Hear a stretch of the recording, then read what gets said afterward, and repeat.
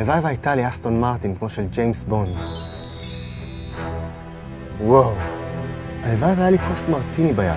shaken, not stirred.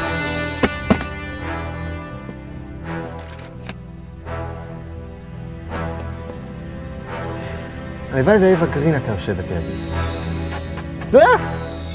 ידעתי שקצת הגזמתי.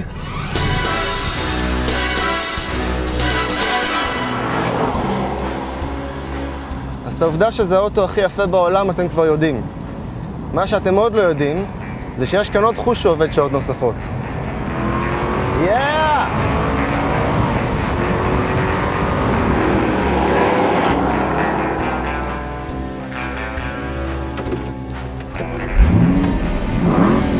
והצלילים האלה מגיעים יחד עם ביצועים. 4.9 שניות ל-100 ו-290 קילומטרים לשעה. הכל תודות למנוע V8 עם 420 כוחות סוס.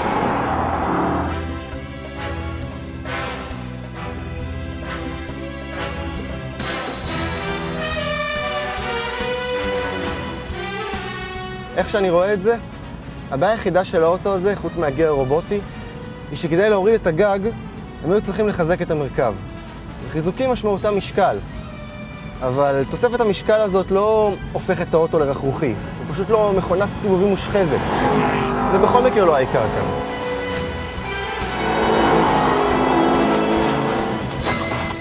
טוב, האמת שקצת עבדנו עליכם. הוונטג' היא לא בדיוק המכונית של ג'יימס בונד. ה-DBS כן. אבל אסטון מרטין לא רצו לתת לנו אחת. אז חשבנו לעצמנו, איך תראה מכונית של ג'יימס בונד אחרי שיצא לפנסיה, עם אישה ושני ילדים.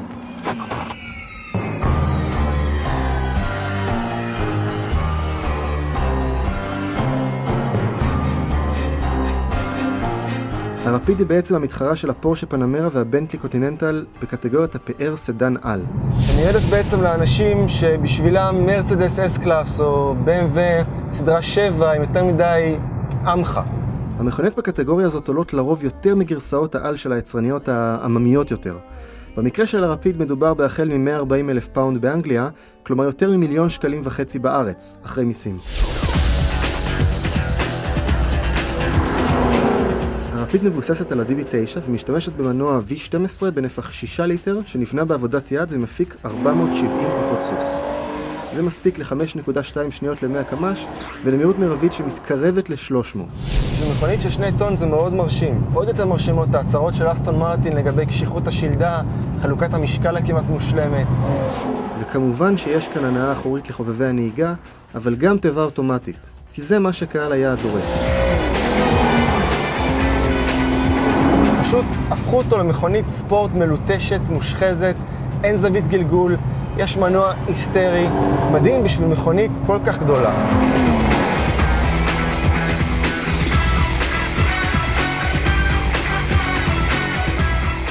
העיצוב היפהפה הזה הוא הוכחה ניצחת שבה אסטון מרטין קודם כל פונים אל הרגש ורק אחר כך אל ההיגיון. הוכחה נוספת היא בצורך שלי להתכופף כדי להיכנס פנימה וגם בצפיפות הזאת במושב האחורי. אז כבר ברור שהפורשה פנמרה תהיה מתחרה גדולה של האוטו הזה, וכאן יש השוואה מעניינת. פנמרה זולה יותר, מהירה יותר באופן משמעותי, וגם מספקת איכות חיים עדיפה במושב האחורי. אבל כל זה שטויות מוחלטות, תסלחו לי. אבל אם יש לך אפשרות לבחור מבין השתיים, אתה צריך להיות עיוור בשביל לבחור בפנמרה. וזאת בדיוק הנקודה.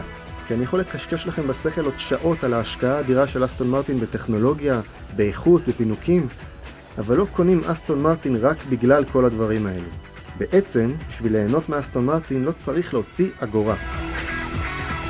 צריך פשוט לפתוח את העיניים ולהביט.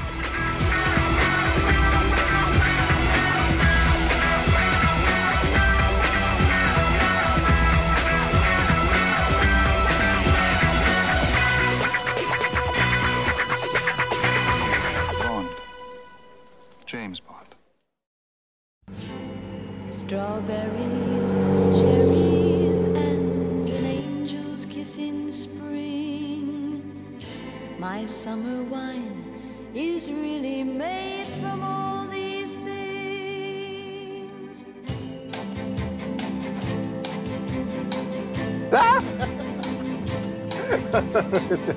I walked in town on silver spurs that jingle too.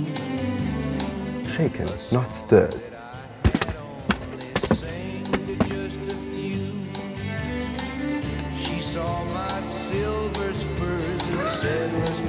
sometime, and I will give to you some גיא, תעיף את רוני החוצה. תראה מה יקרה לך בחדר במיטה, תראה מה אני אעשה. את רוני החוצה.